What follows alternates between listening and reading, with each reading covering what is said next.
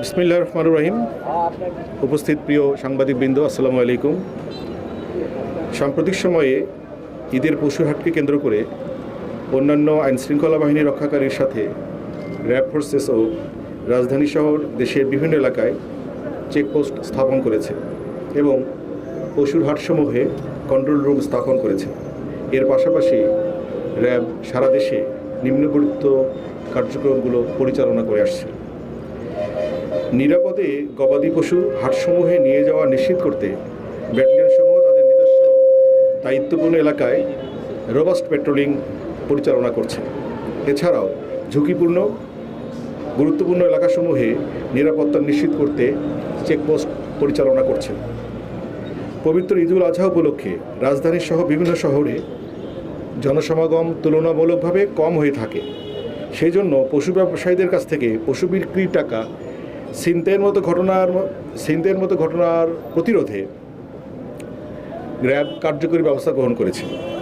এই পরিস্থিতি মোকাবেলায় তাদের নিরাপত্তা চৌকির সংখ্যা এবং টহল সংখ্যা বৃদ্ধি করা হয়েছে।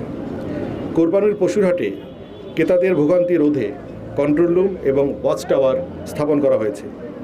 পাশাপাশি নগদ লেনদেন পরিহার করে ক্যাশলেস বা কার্ডের মাধ্যমে মূল্য পরিশোধে উৎসাহিত করা হচ্ছে।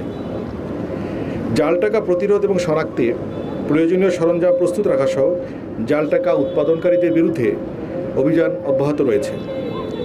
পবিত্র ঈদুল আজহা উপলক্ষে কোরবানির পশুবাহী যানবাহন যেন কেউ জোরপূর্বক কোনো নির্দিষ্ট হাটে নিতে বাধ্য না করতে পারে সে বিষয়ে নজরদারি অব্যাহত রয়েছে।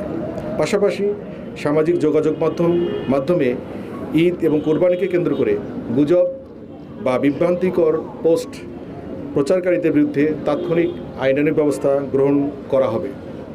এছাড়াও দেশের আইনশৃঙ্খলা পরিস্থিতি স্বাভাবিক রাখতে যে কোনো ধরনের সন্ত্রাসী কার্যক্রম এবং অন্যান্য অপরাধমূলক কার্যক্রম দমনে র্যাব তার নিয়মিত টহল, গোয়েন্দা নজরদারি এবং আবিধানিক কার্যক্রম অব্যাহত রাখবে।